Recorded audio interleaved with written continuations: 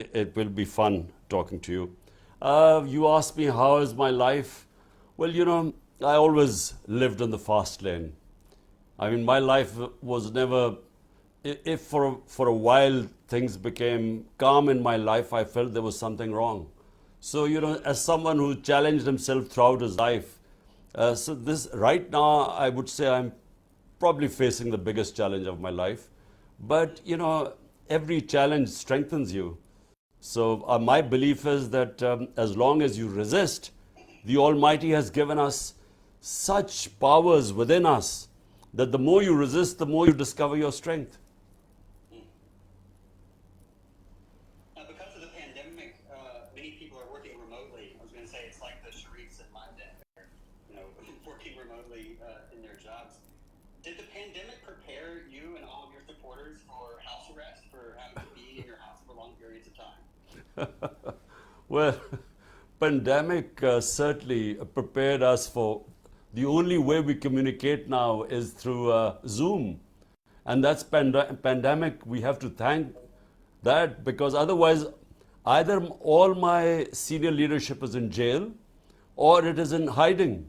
And so the only way we communicate is through Zoom. So that's the great advantage of the pandemic. I wanted to ask about that. You have something like 180 charges against you right now, including some terrorism charges. I wanted to ask, how does it feel to be the only person in history to wait until they're 70 years old to become a terrorist? Well, Jeremy, 180 and on a daily basis going up. I'm soon to hit my double century. Look, it is sad, really, in a way, because it's just made a mockery of our whole justice system. Because the guys who are running the show right now, they are so petrified of elections, which are to be held in October, that they're petrified of losing. Because, in the by-elections in the last few months, out of 37 by-elections, we won 30 of them. And remember, this is despite them being supported by the umpires, by the election commission, by the establishment. And so the only way they want to now allow the elections to take place is that I should be in jail or I should be disqualified because they do not want me in the election race. And hence these cases and hence this crackdown on my entire party where thousands are in jail and either they're underground or they're in jail. It does seem like anyone who interviews you or visits you is charged with terrorism. I guess my question is, am I a terrorist now for talking to you, like for interviewing you in this way? Like, am I allowed to come to Pakistan at some point? Well, Jeremy, right now, if you're a journalist and you talk about me positively, you will be in trouble. Four of our top journalists, four have left the country. One is on this panel right now, Mohit Pirzada. But then one of our best one last year, he was slapped with sedition cases and so on, and he had to leave the country, and then he was murdered in Kenya. And I think that's one of the most tragic things that happened because he was our best investigative journalist. Meanwhile, the other outstanding journalist in our country who has the highest viewership on YouTube, he's disappeared for 2 months. So, no one knows. Yeah, Imran Riaz, he's disappeared, and his wife and his children, what they must be going through right now. When you don't know where they are, if you know they're in prison, at least you know where they are. But when they disappear, I think people go through the worst nightmare as his family is going through. One of the strangest parts I was reading all about, like the crackdown on PTI. One of the weirdest parts of this is that it's actually illegal in the media for people to say their name or show your picture. Is that true? Well, they've been threatened.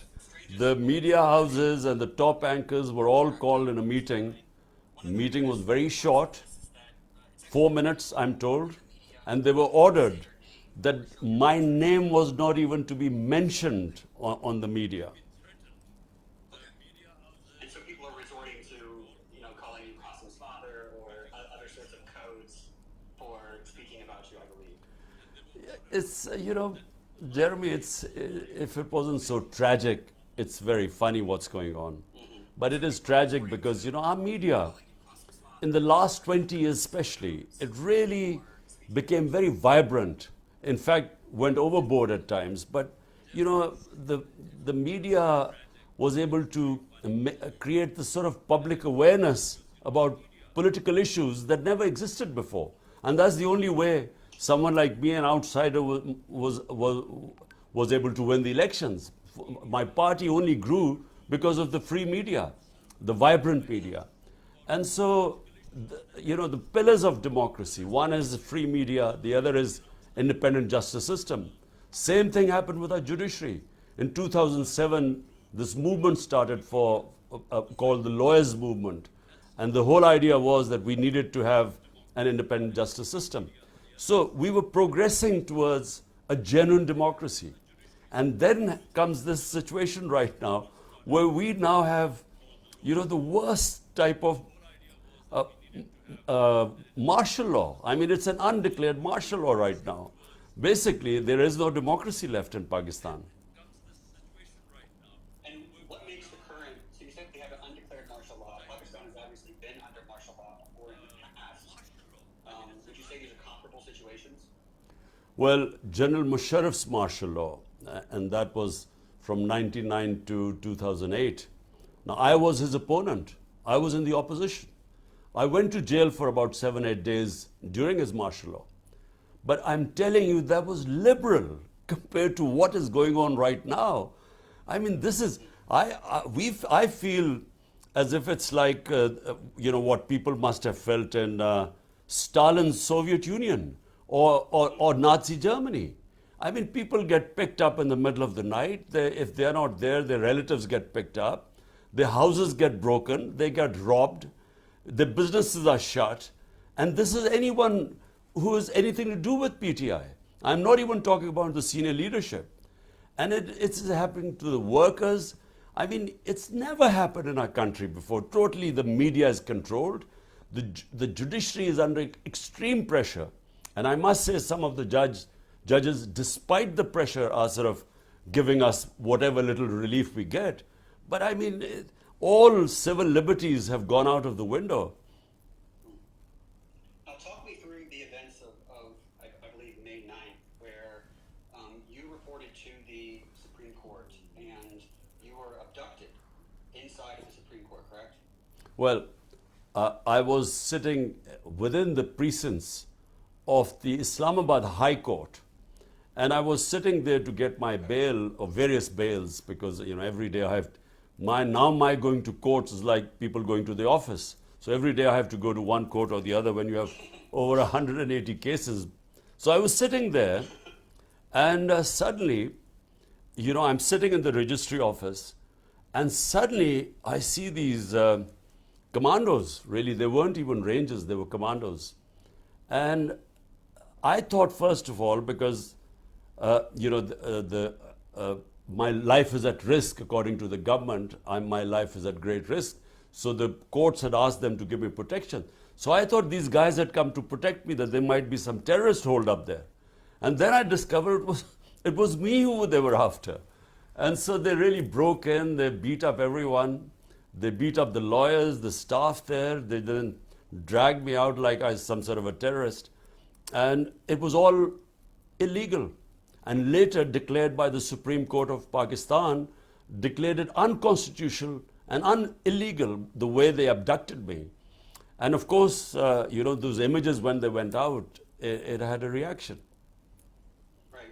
And so 4 days later, you're released from jail because the abduction was deemed illegal. And you found out that during those 4 days, there had been protests, there had been violence. And what was your reaction? Well, when I was asked by the Supreme Court, they told them to bring me to the Supreme Court. So from the prison, I went to Supreme Court. And the first time I discovered that there had been violence was when the Chief Justice asked me that he said, do you condone this violence? So I had no idea that there had been violence.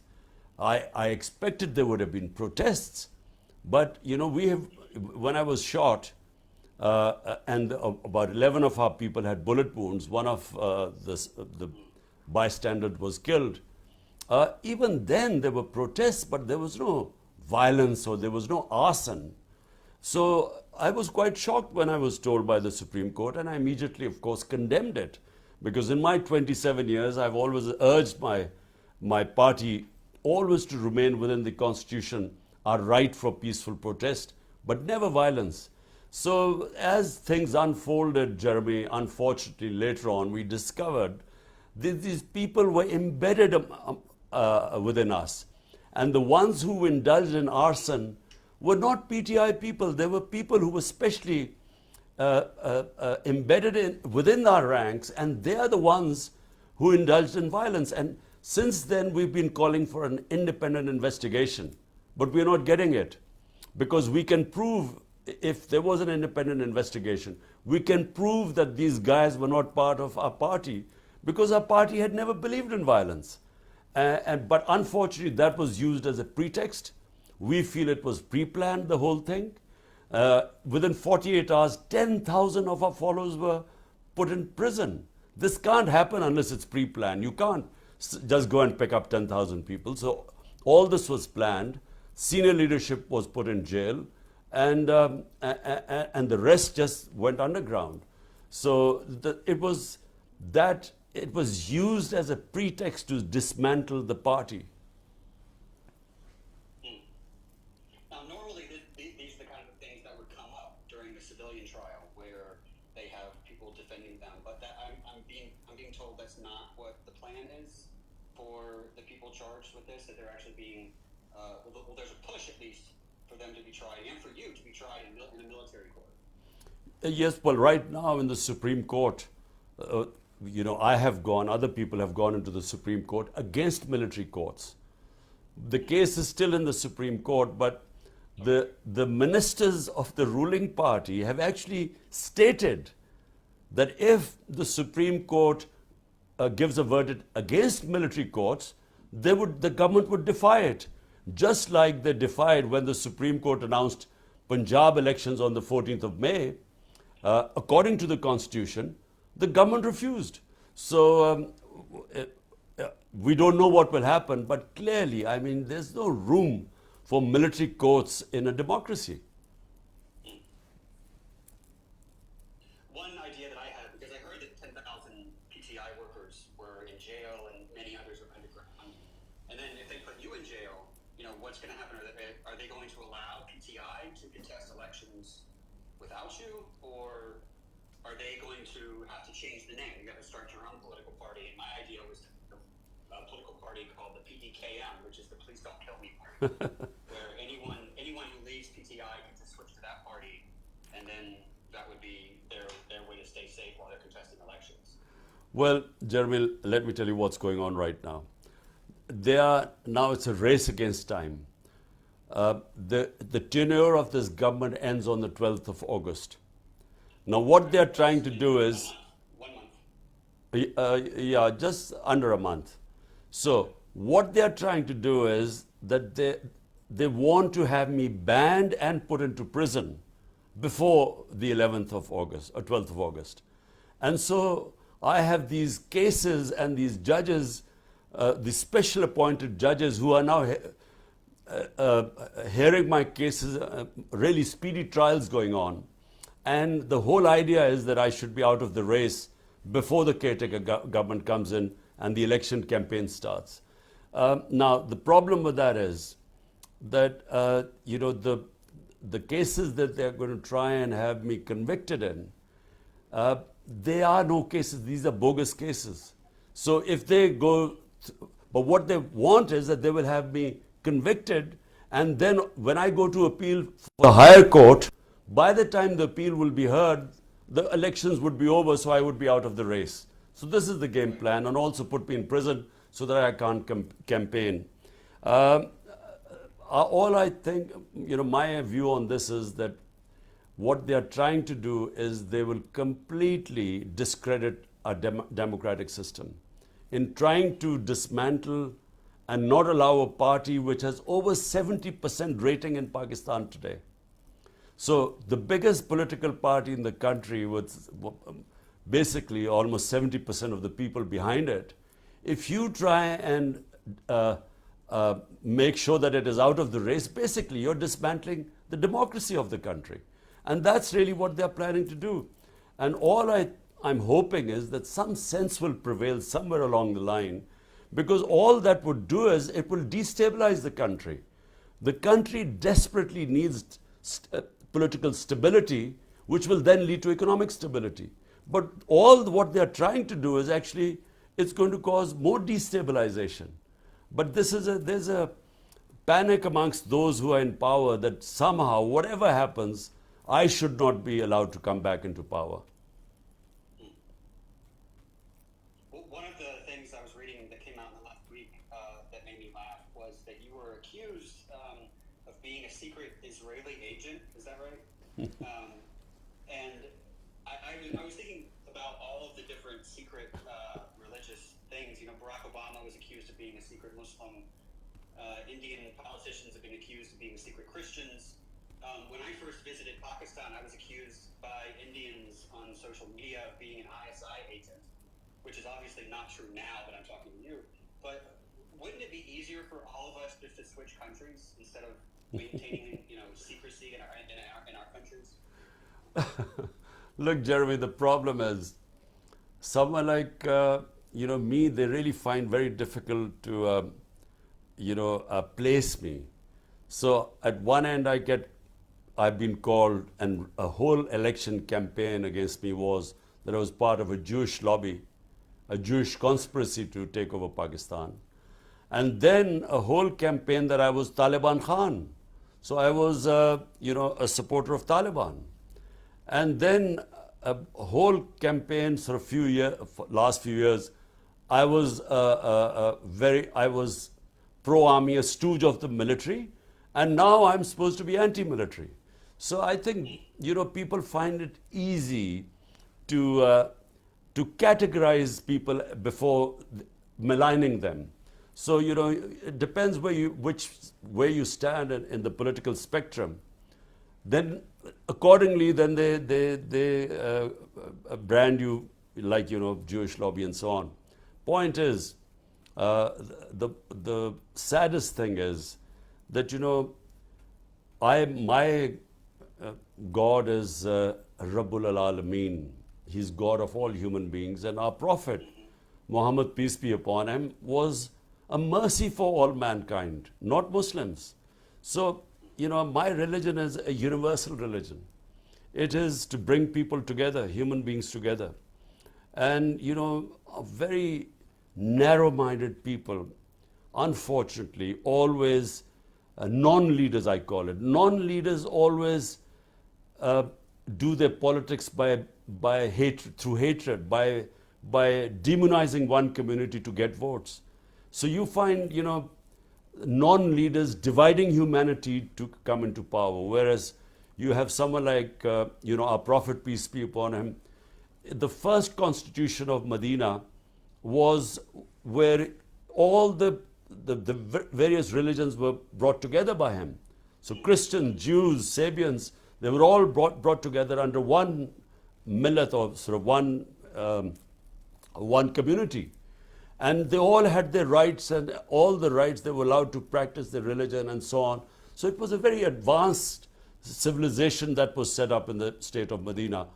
And I find it, people like Nelson Mandela, for me, these are genuine leaders who actually brought human beings together, because people like us who saw I used to play cricket, and South Africa then was apartheid state.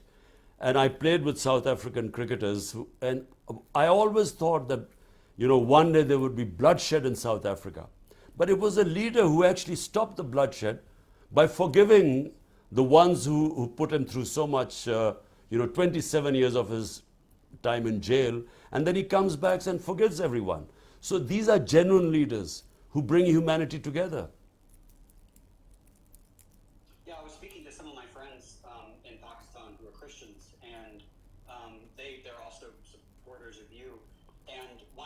they brought up was that Christians in Pakistan. I've always found this interesting that the percentage of Christians in Pakistan is the same as the percentage of Muslims in the United States. It's about between 1% and 2%. And one of the things they were concerned about was Christians in Pakistan being a minority, often being scapegoated by neighbors and things like that. That they rely on the rule of law in Pakistan to protect them. And the recent events have made them a little worried. Well, look, Jeremy, look, what distinguishes a civilized society from a barbaric society? The Romans used to call anyone, the Romans had their laws, and everyone else were called barbarians who didn't have laws. So a human society and an animal society, the only difference is law of the jungle is might is right, and human society is only human if it has rule of law where the weak are protected from the powerful. Now, unfortunately, Pakistan has descended right now into total lawlessness. Might is right. In order to try and sideline me and my party, basically all fundamental rights have got suspended. And when that happens, basically all the weak people become vulnerable, all weak sections of the society. So rule of law is what I started my politics 27 years ago. And by the way, I was inspired by England, where I went as a teenager. And for the first time, I saw rule of law, meaning that the powerful were also under the law. Whereas I had come from what was then martial law, where you had military rule, and military rule by definition violates rule of law. So therefore, I was inspired where, the Prime Minister also had to go by the rules. And, recently you saw Boris Johnson actually losing his premiership because he broke the law. So, I mean, these are alien concepts right now in Pakistan, and that's what I started 27 years ago. And when my 3.5 years in power, my biggest problem was that unfortunately the army chief at the time just was patronizing these powerful people who wanted to be above law. And I wasn't strong enough because I had a weak coalition government with a small majority. And I just wasn't strong enough to implement rule of law. And by the way, unless you have, in a parliamentary democracy, unless you come in with a proper public mandate with a huge majority, I don't think it's possible to take on the powerful mafias who put themselves above law. I'm turning this over to Safina, who has a question. Hello, Imran Khan. As you just mentioned about the whole campaign against you, based on religious and Semitic comments, and that reminds me of Asif Khaja's interview in New York on September 27, 2017, that he actually stated that PTI in New York, PTI is a religious fringe, while he and his party are more liberal. And I have been observing like Pakistani news that Shiri Rahman and Asif Khaja again recently labeled you as an Israeli agent or Jews agent or son-in-law of Jews, which I can see that there is another campaign is going to be run by them. Well, I just want to ask, can Pakistan ever establish a system to register these anti-Semitic comments as a hate crimes, like with appropriate consequences? Because every now and then we see them using all type of these campaign against you, which really against you or anybody else in Pakistan. Look, Safina, look. First of all, when you have people, politicians who have no ideology, the only ideology you have is any which way to get into power. So that means that they become chameleons.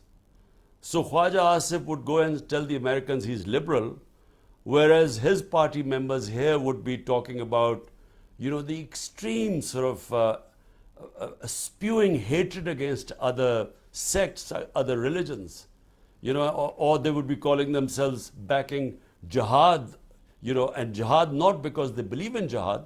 Jihad is a great concept, means standing up against injustice. but they would use it sort of as a religious, as trying to categorize themselves as being religious. And so they change colors wherever, whatever audience they have. And Sherry Rahman, her party claims to be very liberal, and they talk about liberalism and so on, and yet here she is making such comments and she made them in Urdu, didn't make them in English because she didn't want, the Western countries to know, what she was saying, these anti-Semite comments. Look, what I want Pakistan to be, let me just make it clear. The Pakistan I want, and the reason why Pakistan was made to be on the principles. Our founding fathers made Pakistan to be on the principles of the first state in Islam, which was in Medina. That was in every sense a modern state. It had rule of law. Number one was rule of law. Remember, just imagine at that time, forget about, even now it would be unthinkable, but at that time, a Jewish citizen wins a case against the Khalifa, which means the head of state, Hazrat Ali, one of the most revered figures in Islam, because the judge refuses to accept the testimony of his son. So all citizens, regardless of their religion, were equal. And secondly, the head of state they put themselves under the law. So the Prophet, peace be upon him, is famous saying that even if my daughter commits a crime, she will be punished. The second Khalifa, Hazrat Umar, he had his son punished for breaking the law. And so, the state was built on great principles of rule of law, everyone equal, regardless of their religion. And secondly, women were given rights. We don't realize that was the first time women were given inheritance rights at the time. The Prophet saying that man has right over woman as a woman has right over man. So, imagine at that stage, and then of course freeing the slaves. Slavery was, first time the Prophet spoke about how you have first to treat them equal, but the best thing is to free a slave. Now these were, at that time, dynamic concepts. And unfortunately, and then of course his last sermon, where he said, we're all children of Adam. We're all equal. Whatever the color of our skin. So remember, these are 100 years ago, great concepts, modern concepts. But sadly, sitting right now in Pakistan, and I'm afraid for the last 70 years, we have not even remotely come close to these principles. Answer, this is Dr. Moeed. Please, if you can hear me. Ji, Moeed. It's a privilege to be listening to you in a live space. I had the opportunity of seeing you, of course, every week till July, before I left June or July or August. But I watched your interview with Tim Sebastian, and like many other interviews which you had given to Western media. And I'm mortified and surprised that someone like you is a modern man who talks of Britain, NHS, Scandinavian countries, Nelson Mandela, European history, and American history, is very easily tagged as a pro-Taliban, as a medieval, primitive mindset. What have you done wrong to send this impression? I really fail to understand. What have you done wrong? Well, Moeed, look, good thing you're not here, otherwise you would be behind bars right now. So good that you've got away. Look, Moeed, I think in the Western press, the portrayal of Islam is, ever since that Iranian revolution of Ayatollah Khomeini, the portrayal of Islam was that they divided Muslims between two categories, fundamentalists and sort of liberals. So Muslims who looked like Westerners became moderates or liberals, and then anyone who was perceived to be religious sort of became a fundamentalist. So it was a bizarre categorization of 1.5 billion people on this earth. And this really started, I can remember after 1979, the fear in the Western countries was that the whole Muslim world would be swamped by Islamic revolution, and from their point of view, fundamentalists would take over. And so first of all, they didn't understand the dynamics of the Iranian revolution. And so it was a black and white categorization of the Muslim world.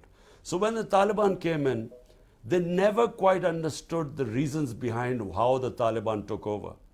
They did not even understand the Afghan culture. They did not understand the difference between the urban culture in Afghanistan, especially Kabul, and they didn't understand what the rural culture was, and especially the Pashtun rural culture. And so they didn't understand when the Taliban took over what were the circumstances in Afghanistan. No one went into the depth. And so it was a black and white. Taliban were these religious fundamentalists who hated women and so on and didn't like girls' education. And so whenever they ask me questions about Afghanistan, they do not understand that from Pakistan's point of view, our number one priority is that whichever is the government in Afghanistan, Pakistan must have peaceful relationship with them, because we have a 2,500 kilometer border with them. We have 3 million Afghan refugees. And when the previous government was in power, we had 3 different terrorist groups operating from Afghanistan and operating in Pakistan. ISIL, TTP, and then of course the Baloch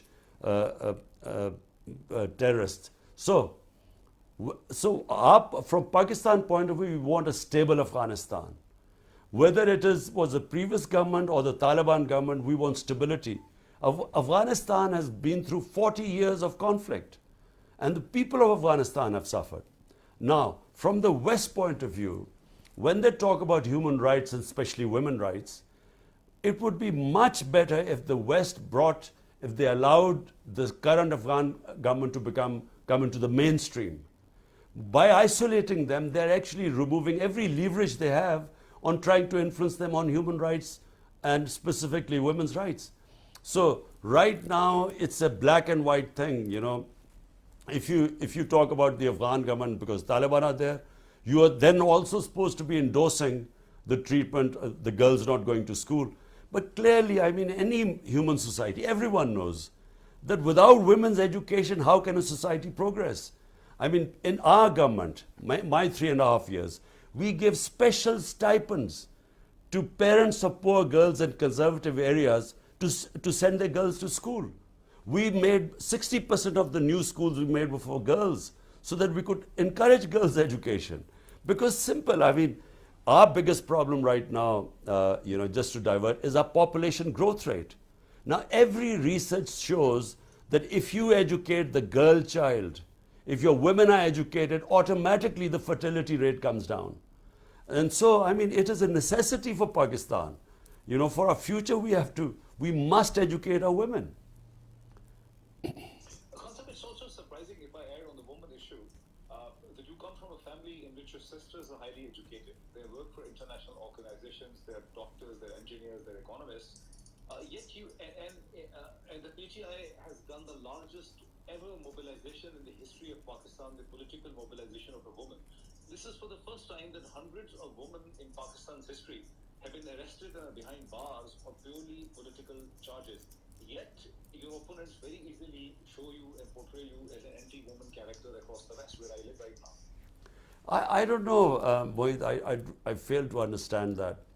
I don't know. I think it's quite black and white because, I have a very strong faith in God. I am a, practicing Muslim.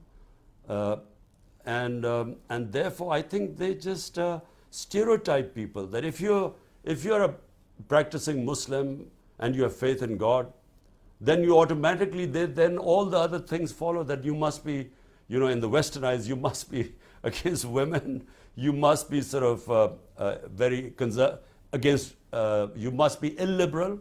Although in my opinion, actually my faith makes me very liberal. Liberal in the sense that, I believe in humanity.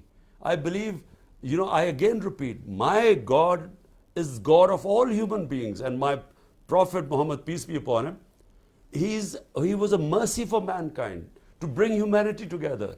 So, and of course, I'm anti-war. I mean, I do not believe conflicts, military conflicts are a way of solving problems of this earth. So, but they categorize people, and I think that's the problem. I think, Imran Khan, because your opponents always are spreading news about you being anti-woman, that's actually the campaign they run in the West, especially. But I also did some search, and they acknowledge that Imran Khan's secret weapon is the resilience of women in Pakistan. I was, I feel that despite facing like humiliation, what women have shown great strength against state oppression. We have seen since 9th of May or in last 15 months. And I feel that you are the only politician who speaks honestly, recognizing the vital role women play in governance and freedom. Many of your actually protests are attended by families, including women. However, like women like Dr. They complain about other they complain about Afghanistan's women, but they fail to speak about like Dr. Yasmin Rashid, who is actually 73-year-old gynecologist and a cancer survivor who studied medicine in UK. She's facing terrorism charges and is unwell in jail since 11th May. Taj Gul, whose house was actually nearly demolished by police, is now in hiding. Malika Bukhari, who left the UK to serve Pakistan, endured 17 days in jail, humiliating conditions until she denounced herself from PTI. And I also saw that Khadija Shah, a young designer who grew up in the USA but returned to serve Pakistan, has been imprisoned since May for exercising for only her fundamental right to protest. And I also saw Sheeli Mazari was rearrested 5 times within short span of 4 or 5 days, despite even having a protective bail from court. And the list goes on, like Sanam Javed, Ali Hamza, and many others are also facing similar circumstances.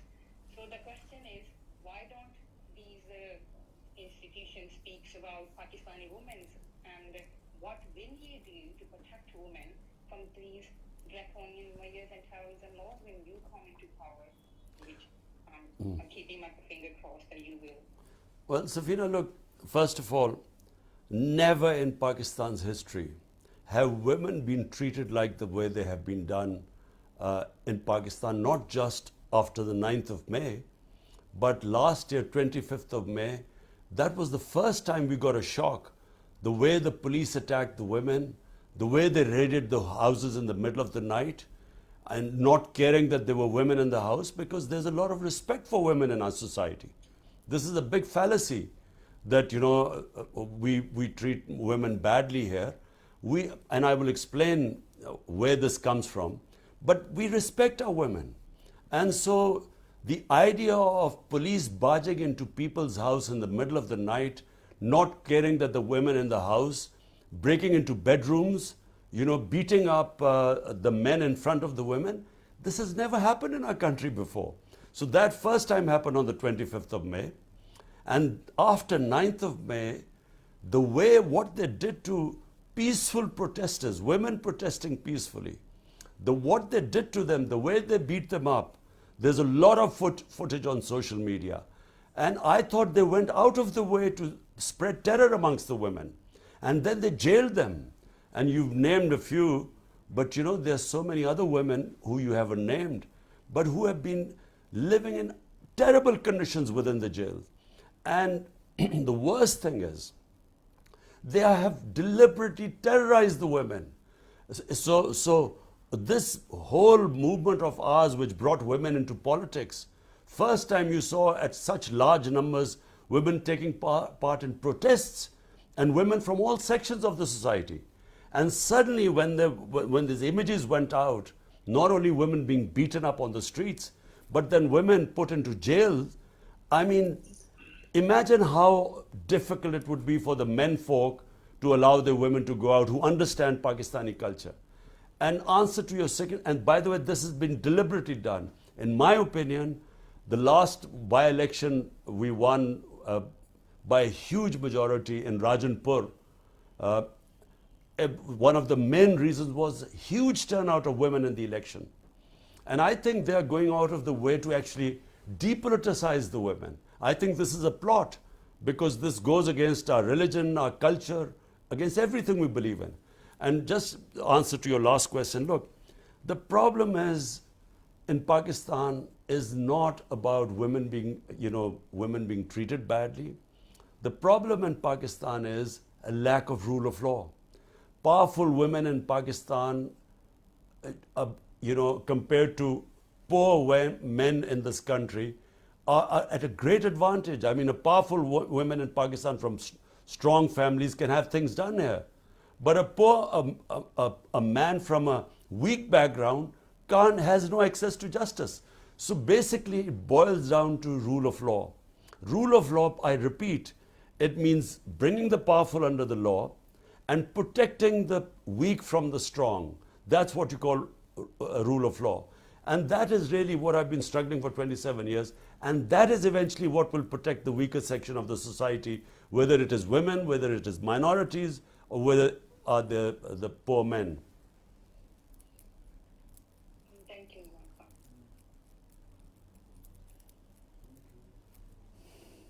Thank you. Kansab, I wanted to ask, we've been speaking about misinformation a lot during this time, and I'm not sure if you remember this. I have my own story about misinformation, and that is that I was supposed to go on a comedy tour, and I did. It was my first comedy tour of Pakistan. This was in 2017.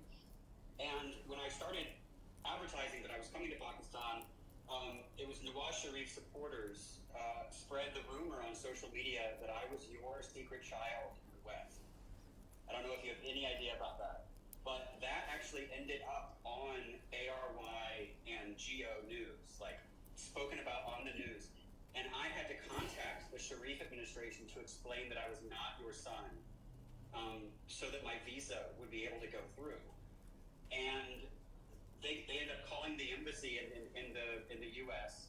I got my visa. I went to the airport, and then on the flight to Pakistan, Nawaz Sharif was removed from office. And so, in a way, Nawaz Sharif's last act of corruption was getting me my visa to go to Pakistan. Jeremy, look, the problem is when you have people desperate to cling to power, because power for them means two things. Power for them means making money and stashing it abroad because they can't afford to keep the money in the country. Because when you make billions, if you keep it in the country, it gets discovered, so you have to send it abroad. So you do twice as much damage to the country when you launder the money out of the country. And Nawaz Sharif and these two families, this is what they've been doing for 30 years. And by the way, they blame each other for money laundering too. So it's not just us calling them. And secondly, the next problem is how to protect that corruption money.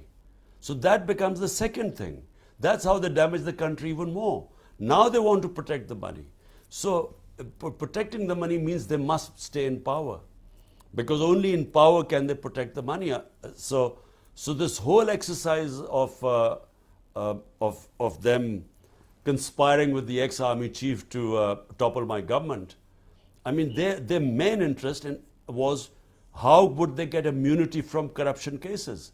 And that's exactly what they did the moment they came into power. First thing they did was they passed a legislation in Parliament. And it is incredible that such a legislation could be passed, where by law they managed to get rid of, they got immunity from the corruption cases of at least $5 billion, 1,100 billion rupees. So they passed this law and they were able to get away from these corruption cases. By the way, these corruption cases were made against them when they were in power, not during my time. So this is the problem. And by the way, Jeremy, this is the problem the entire developing world faces. Today, countries are poor not because of lack of resources. They are poor because they don't have rule of law. And a symptoms of not having rule of law is corruption, and corruption of the powerful. And that's what destroys a country, because, according to the United Nations Secretary General's panel, which is called the FACTI panel, made up of economists who researched over a year to find out why were the poor countries getting poorer and rich getting richer. And the main finding is that every year, now listen to this, $1.7 trillion, $1,700 billion every year, leave the developing world into offshore tax havens or into Western capitals. So $1.7 trillion moves from the poor countries to the rich countries and offshore accounts from the corrupt ruling elites. So this is how countries are getting poorer, because they are being robbed by their own elites. It's like if people might not know this, might not have read it in history, the greatest transfer of wealth took place when the East India Company conquered India. And from 1757 onwards, when they conquered India in 1757, India had 23% of the world GDP. And from then onwards, for 150 years, they transferred the wealth of India, was creamed off and taken off to Britain. And Britain had 3 or 4% of the world GDP when they conquered India. When they left India, Britain had 22 or 23% of world GDP, and India was left with 3 to 4% of the world GDP. So, they robbed the country. It's exactly what the ruling elites of the developing world are doing right now. They are siphoning off the money, and they end up and unfortunately, the powerful countries, rich countries, don't do anything to stop this plunder. You're speaking about the rule of law in Pakistan. Of course, the West prides itself on our rule of law. But I was thinking about how the idea of rule of law predates the West. You find it in Roman law and Christianity and Islam. That it's not some idea that's sort of foreign to Islamic countries. It's actually something that is at the source of that. Look, Jeremy, in the Islamic tradition, there were over 140,000 messengers of God sent to mankind over thousands of years. And every messenger of God, the common message was justice.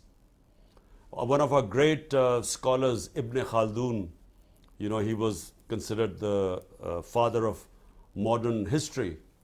According to him, he said that my whole study of Islam brings me to just one point, that the whole purpose of the Almighty sending man to earth is to establish justice.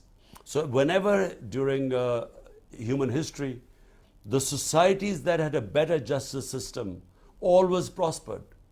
So it is connected to prosperity. So justice brings you rights. Rights gives you freedom, and free and stable societies then become prosperous.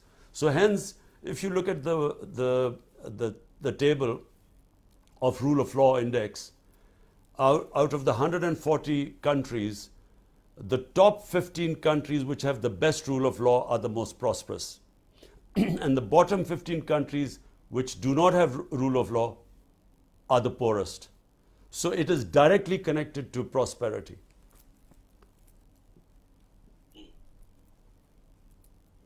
Hansa, can I jump in for short questions, because then I have to leave because I'm going on a house search and I've got an appointment.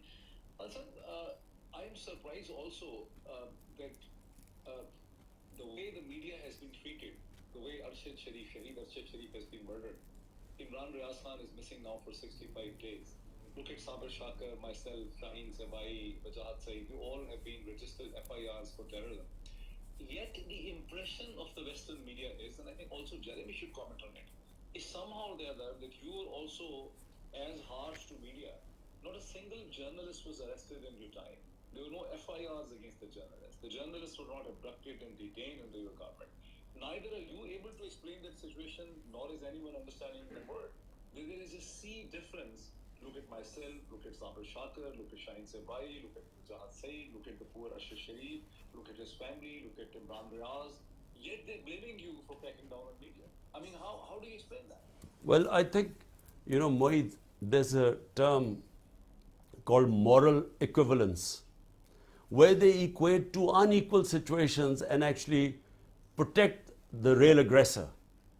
So, this idea that, some journalists might have suffered during our time, 3.5 years, and because of that, then the whole crackdown, I mean, what crackdown? Media is totally muzzled today. I mean, the media is totally controlled. There is no freedom. Under General Musharraf, and I don't know whether you remember, General Musharraf, the media was liberal compared to what is going on right now. So 100%. it is completely controlled today. I mean, not just that the four of you have left the country, not just that Ashar Sharif was murdered after having to, because of threats to his life after leaving. I mean, what about the 4 or 5 senior journalists who were roughed up and beaten up in Pakistan? I mean, senior journalists like Azamir, like Sami Ibrahim, like Ghulam Hussain. I mean, these guys were just roughed up within Pakistan and threatened. So, I mean, this is unprecedented what is going on, the sort of crackdown. And yes, you're absolutely right. Sometimes they bring out some sort of human rights watch or some report or some international journalism who might have mentioned few journalists got a raw deal. But by the way, I looked at all there were 10 cases, so I actually had it investigated. There are 10 cases.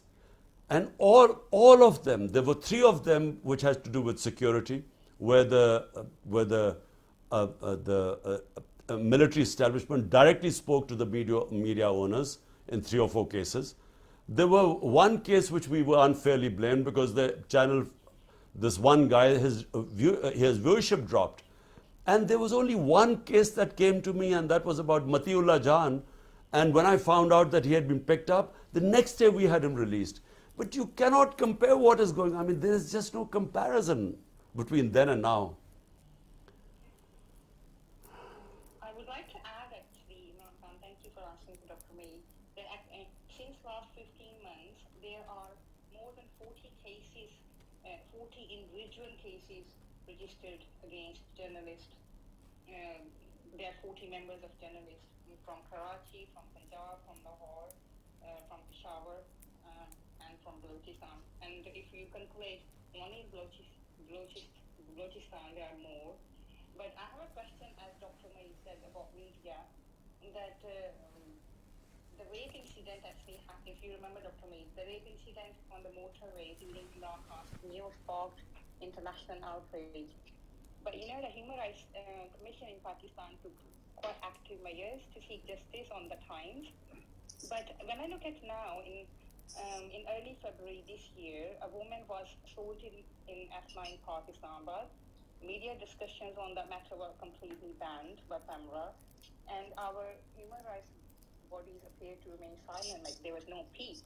Just recently, yesterday, there was a news about another rape occurred in Mark Mahib's in Islamabad, and that actually raises concern about the potential compromises like our human rights institutions in Pakistan and media have made.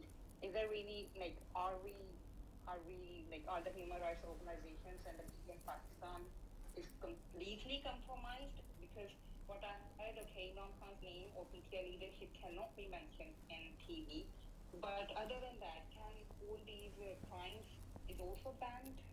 And why actually human rights organizations are silent? Why there is no beat against those things? Well, look, Safina, look. Unfortunately, the media, and I'm talking about our own media, and then I'm talking about the Western countries, 2 different things. Our own media is unfortunately controlled by the media owners, the bosses. And the media bosses have huge business interests. I mean, they're interested not just running a media house, they have other business interests. And so for those other business interests, which actually is what brings them most of their money, they are willing to compromise on the freedom of media if those business interests are threatened. We never did that. In our time, the media, if you look at the media, majority of the coverage was against PTI, my government. I mean, we had a real problem with the media. In fact, the problem was that there was real libelous stuff on the media. And even I, as a Prime Minister, I had to go to court. And yet, in my 3 years, I never got justice. Whereas in Britain, I've been in a libel case, a very famous one, and within 1.5 years, the case was decided. So anyway, I couldn't get justice, and we felt there was a lot of reporting, a lot of fake news, and we tried to bring legislation to control fake news, by the way, which is a problem all over the world because social media is a new phenomena. But unfortunately, I found that the media then and the human rights organizations, were very vocal at the time, but now with a complete clampdown on human rights, I'm afraid there's not much, hardly any response from them. But about the Western countries, I find that, they talk about human rights when it suits their interests. But right now, I mean, all the talk about democracy, human rights, and so on, it's only reserved for, China and Russia, when something happens in Hong Kong or Uyghurs or something to do with the Russian dissidents. But what is happening right now, there's hardly any condemnation from any of the powerful Western countries who claim, that they are the, their professed aims are promoting democracy and human rights. Yeah, that actually surprises me a lot. Thank you, Imran Khan.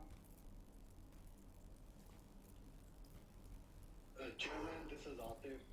First of all, thank you very much for accepting my request and joining us at Twitter Space today.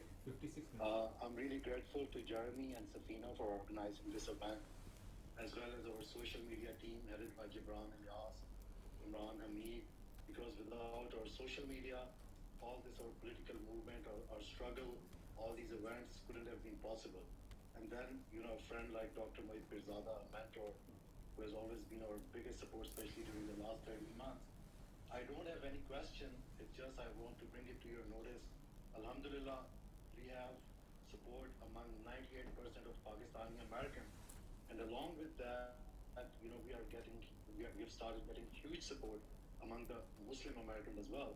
And on September 2nd, we are planning one of the biggest events on which you'll be speaking to among over 15,000 Muslim American gathering. And also, I want to make a commitment, like you always say, La ilaha illallah. And inshallah, we will fight till the very end. We'll not leave you alone. All the overseas Pakistanis are with you. And after that, Gibran Ilyas, I think he's also at the airport and he's about to check in. He also wants to make an announcement. Gibran bhai, if you can unmute yourself and make that announcement, because it's a very important announcement. Thank you. Sure. Many thanks, Adawai. Concept, you had said that it's the best of times and it's the worst of times. So what we have done in social media is, we've heard of citizens journalism, but what we have done is this is going to be the first ever citizens documentary. I think it's going to be one of the biggest. So what we're asking people who have footages in high definition from March 2022, when the whole movement started for Hakiki Azadi, just check my pinned tweet. Feedback@insaf.pk is the email address to email if you want to be part of that project. Inshallah, it will be one of the greatest documentaries ever, because everybody will be part of it. Kansab, my short question is, you once mentioned that PMLN, they're not educated, nor they try to get education. So just recently, Khwaja Asif has blamed, put allegations on Shaukat Khanum Hospital again. I say we let them, because every time he does that, we get record donations. So this is what we're seeing this time around. So what do you have to say about that? Well, look, Gibran, these people are discredited. They have been in power for 30 years. Everyone knows everything about them. And the last 14 months, they have completely destroyed themselves, because they came in on the pretext that they were experienced in dealing with the economy. And they have completely, our economy has never been in a worse shape than it is right now. And this is, despite what was called the commodity super cycle, when post-COVID, the international commodity prices had gone through the roof, which is when we were in power. And now they are down by 35%. And despite that, you find that inflation is unprecedented in Pakistan's history. So number one was inflation, number two was fixing the economy. The economy has nosedived in Pakistan. You know, we almost defaulted on our loans, and that would have really set the country back. So people now, the reason why they are scared of holding elections, and the reason why they only want elections is when they know that PTI is completely hamstrung by the establishment, and I'm in jail or disqualified, because they're petrified that in the elections they'll be wiped out. My point is that whatever happens, they'll be wiped out in election. Even if I'm in jail or if I'm disqualified, I don't think the moment the elections start, they do not understand the passion on the ground right now. The feeling of injustice amongst the people, what is happening, whether it is economic injustice and whether it is mishandling of the economy or the governance system and the levels of corruption. So they will be wiped out whenever there are elections. But the point is that people like Khwaja Asif, no one listens to him, because these people are supporting, you know, they have supported the most corrupt governments. I mean, the two, Asif Zardari was considered the most corrupt man by people like Khwaja Asif and Nawaz Sharif. Now they're all together. And Zardari used to call Nawaz Sharif the most corrupt person. So they're all together now. So anyway, they have no credibility. And that's reflected in them trying to run away from the elections. So this is Jeremy again. I wanted to ask you, there seems to be an effort by the media to portray you as, you know, somehow anti-American. I know that one of your generals paid $30,000 to lobby the U.S. to support your removal as prime minister. Would you be willing to map that amount if I convince the CIA to put you back into power? Well, Jeremy, yes, amazingly, my own army chief at the time had hired this lobbyist without us knowing, and my own government was paying him $30,000 while he was lobbying against me to the Americans and telling them that I was anti-American. But I just a word about what is this idea about anti-American. I mean, how can you be anti-whole country? You know, this idea of calling someone anti-American or anti-Pakistani or anti-Indian, for instance. How could I be anti-Indian? I would be anti the policies of Narendra Modi, specifically the way they are treating the minorities or the people of Kashmir. But I can't be anti-whole country, because a country is made up of all sorts of opinions. So I was always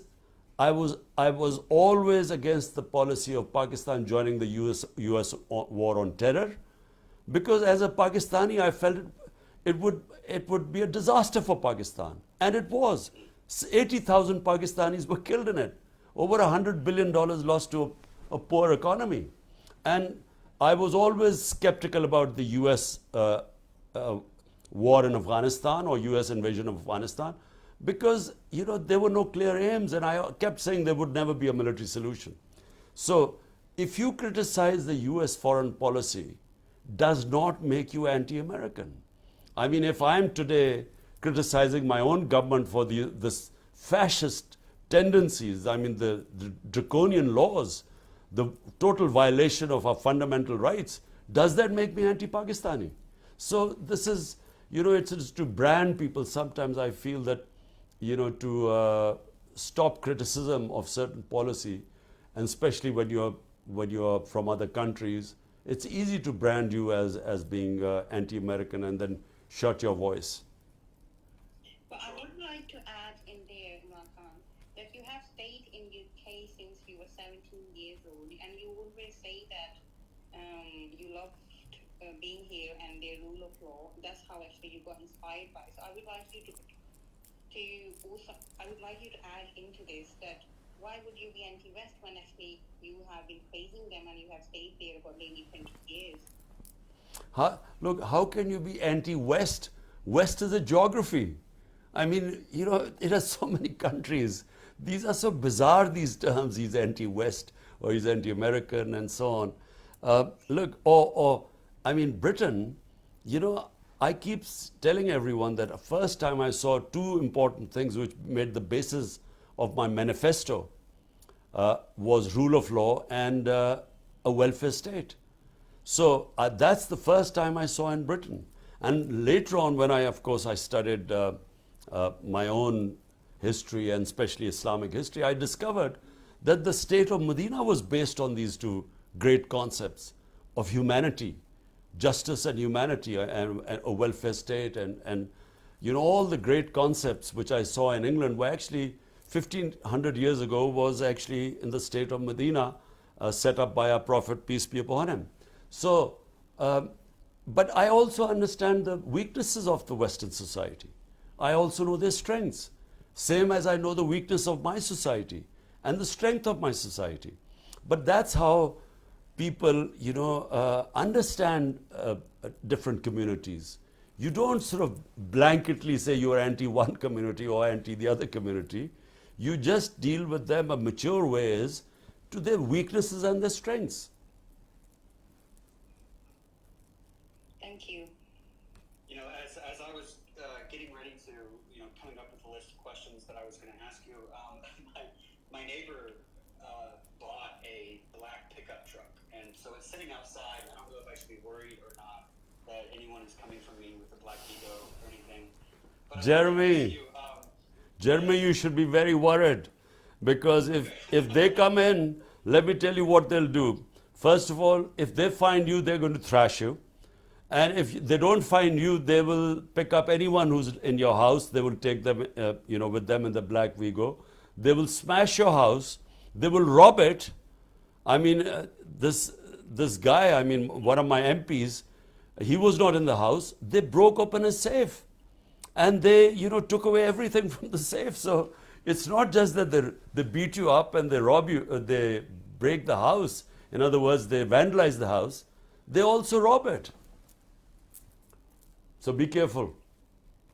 Right. If I do need to flee, from what I understand, I can hide in Atabad, because they never look there, from what I understand. Well, my senior leadership, they will give you plenty of hints, because they've been hiding for 2 months. They're all out of their homes. They're hiding. Gotcha. I think Safina mentioned Pakistani Americans. Now, I have a pretty big fan base of Pakistani Americans, and in terms of the population of Pakistanis in the United States and the effect that they have in the United States, it's very outsized. We call it like punching above your weight. They're one of the most respected and influential groups. Meanwhile, I read that in the last year, 750,000 Pakistanis have left Pakistan, which is great news for us because we love Pakistanis here. They are our doctors and we're very involved in politics and industry. But I can't imagine this kind of brain drain being good for Pakistan. Look, Jeremy, first, the Pakistani American community is one of the most powerful Pakistani expatriate community.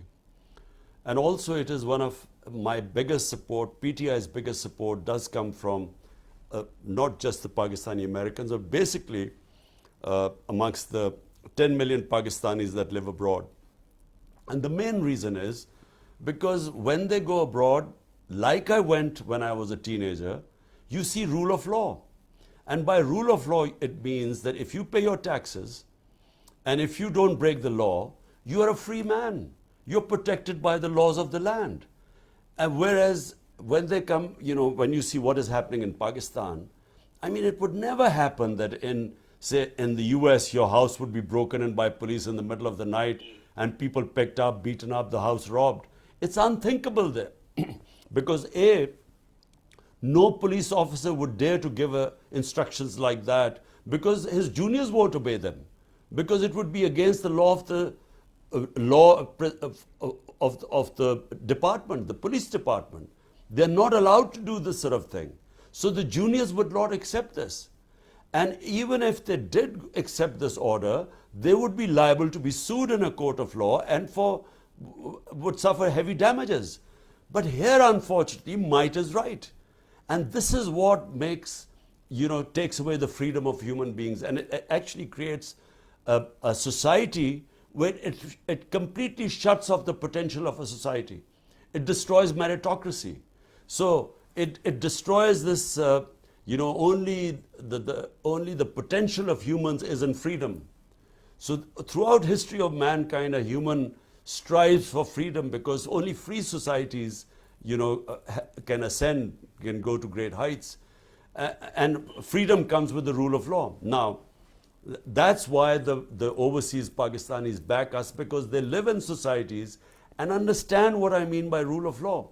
Now, second, what the point is, actually, it's a very serious issue we are facing right now. People are losing hope in Pakistan. And why are they losing hope? Because the establishment is trying to impose on us these crooks and criminals who've been in power for 30 years, who are proven money launderers, who are proven to be corrupt, not just by what we say, but what they say about each other, what the establishment used to say about them. So when these people are imposed on a country, and then you see that the establishment is trying to not allow the biggest party to come into power, which means over 70% of people, the choice of over 70% of the people will not be allowed to compete in the elections. That's when they lose hope, because they look at these faces who they've been seeing for 30 years and they think they will be back again in power. That's why we have 1.2 million top professionals leaving the country in the last few months. This is the biggest brain drain in our history. And remember, not just that their skills are leaving our country, but also their capital. They will be taking the money out as well. It's the big disaster which is taking place in this country. And unfortunately, right now, the way the establishment is sitting with this government of crooks, this is the biggest, from my point of view, I mean, the cause of hopelessness. And it's because of hopelessness that you find people leaving the country. So my question is about the status or the role of the Army in all of this. People ask you lots of questions about the Army, and from what I understand, the Army is the most competent institution in Pakistan. So anything that needs to get done, whether it's COVID policy, which you were praised for, relies heavily on them. That's just how everything works. But a healthy country needs other institutions other than the Army to be strong, to be intact, to be able to carry out the functions of a society. So how does a country transition to having stronger institutions other than the Army? I mean, are there any other countries that have done this? What's your plan for this? Well, look, Jeremy, we started off as a security state because in 1947 we got our independence, and the next year we had a conflict with India. Now from then onwards there was this fear in Pakistan that we have a neighbor 7 times the size of our country, and will we survive? So the dependence on the army grew, and over a period of time, not just dependence, but people sort of loved the army because you love an institution which will guarantee you your freedom and your protection. But subsequently the country had to evolve. You have to evolve as a country to have a proper democratic system. A proper democracy means genuine freedom, and that evolution process kept hitting snags because we would have military dictatorship, then we would have a democratic setup come in, and within a decade it would be wound out and the military would come back in again. So this happened 3 times. Now when it happened 3 times, the evolution of the democracy stalled. So while we would have been evolving as a democracy, unfortunately it stalled. Now in the last, how many years should I say, 15 years, our democracy was sort of moving forward. There was no interruption in our democratic process. And we were sort of struggling along on our way, and the democratic systems were getting stronger. And then comes this intervention by the army chief in April last year. Now, a government that had the best economic performance, and this is in the economic survey of Pakistan, you can see that all the economic indicators were positive. We were heading in the right direction, and suddenly he decides to pull the rug under the feet and brings back the same people. And so that's when, in the last 14 months, the country has just gone down the drain. All the worst economic indicators, but even worse, the hopelessness, seeing the same faces again, and seeing the establishment standing with them, and then trying to block the way of the biggest party in the country, so that these crooks could again win the elections. That is what is causing hopelessness. And secondly, that means completely dismantling the democratic structure that had been evolving over a period of time. So we are right now back to square one.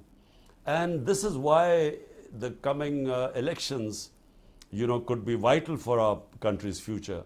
In my opinion, no matter whatever the establishment wants, I think that people will come out in such great numbers and they will vote against these criminals. And I think we will have a huge change. But other people are watching the grip of the establishment right now, and then the draconian measures right now. People are just losing hope, and they feel that there's no hope, and they're leaving the country. Okay, Mr. Khan, that actually reminds me what happened in GB. As we are aware, none of the prime ministers in Pakistan has ever served a full 5-year term in last 75 years, despite having their party's majority of the seats. And also, we know that PTI government was overturned in both GB and Kashmir. And on the election day, July 7th, the GB parliament was sealed by the police, and even the assembly speaker was not allowed the entry. So considering all these hurdles, how we can expect that upcoming elections to be free and fair? If the PTI wins a majority of the seats, what does the future hold, given what has happened in GB recently, which you are aware? It is also worth looking at elections announced by the Supreme Court on May 4th were not held in both provinces. So what actually, given these challenges and previous incidents, how we can ensure free and fair elections if PTI wins the majority of the seat? What does the future hold based on what happened in GB for us? That you were overturned after 3.5 years. So even if given these challenges, how will we make sure that free and fair elections will happen, and what will be the future of our democracy? So, Jeremy, can I have just one question after this? Can you make this the last question? So I'll just answer this, and then one question after this. Look, Safina, look. What happened in Gilgit-Baltistan and what happened in Azad Kashmir is a disaster for our democracy. Because what you saw was the manipulation by the establishment of pulling down a government. Now, if this keeps happening, the democratic process can never evolve. So you are always, beholden to a powerful establishment, which then decides to make or break governments. And the damage done to Pakistan, and I'm not talking about PTI, the damage done to Pakistan by what General Bajwa did by removing a running economy, a government that had gone out, had dealt with COVID, one of the best top 3 countries in the world, which dealt with the biggest crisis, humanity faced for almost a century, and then brought the economy, the economic performance, 6% growth rate, average last 2 years, to bring down that government and replace it with these cabal of crooks, and then they crash the economy and destroy the governance system. So who is going to pay for this? Who should be responsible for this? Will anyone ever be held responsible for doing this such tremendous damage to the country? I mean, the amount of damage done to the common people going below the poverty line, half our industry closed today, growth rate from 6% coming down to 0.3%. which has consequences. When industry shuts down, it takes quite a while to again open up your industry or restart it. So this is what happens when someone makes decisions in a closed room without any debate and then not accountable to anyone, and he can then trot off anywhere while the country just goes down the drain. So, and I'm afraid in Gilgit-Baltistan, the tragedy is that Khalid Khurshid was one of the best chief ministers I've seen in Pakistan. He was outstanding. And to actually bring him down and his government, such a great disaster was done to people of Gilgit-Baltistan. I think it is sad what happened. I think it is not just bad for democracy, but for the people of the entire Gilgit-Baltistan province. So to conclude, let me just say, look, our democracy has to move forward. We have no choice but to have democracy. A bad democracy is better than a military dictatorship. This is a consensus amongst the people of Pakistan. So where do we go from here? The question you're asking is that what happens if there are no free and fair elections? Right now, no one thinks there are going to be free and fair elections because they're already planning to rig the elections. But my opinion, I'm an optimist. I feel that in this election, the level of public awareness in Pakistan is so much that I feel that you will have the greatest ever turnout in these elections. And no matter how hard they try to rig it, I'm a strong believer that the people in this country will defeat all methods of rigging which are being planned. Inshallah, thank you so much, Imran Khan. I have one very, very fast question from my followers who all want to know that on the subject of biryani, do you like aloo or no aloo? Well, as you get older, your tastes change. So biryani was a great delicacy of mine some 40 years ago. But right now, I'm afraid there are other delicacies that I enjoy most. But then, yes, biryani with aloo I like more. With aloo, okay, thank you. And also, how do you, just day to day, how do you maintain, this is the last question, how do you maintain a sense of peace and hope during this time? Well, Jeremy, I have a very strong faith in God, which always keeps you going, because, you try your best, and since I'm not doing this for myself, I'm doing this for my country.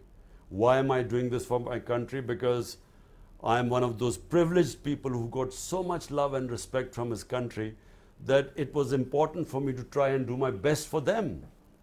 And so I've tried to do my best for my people. And the rest I leave to the Almighty. Because, it's success and failure are in His hands. Effort, struggle is in my hand. And I will be struggling to my last breath. But then how do I relax and stay calm and content at night? Because after doing my best, then I pray to the Almighty that, look, now it's up to you. You are the one who's going to decide whether I succeed or fail. So actually, that's how I go through all the tough times. And I have to say that these 12 months, and particularly the last 2 months, have been probably the toughest 2 months of my life. Well, Khan Saab, thank you so much for joining us for this space, and hopefully next time I see you.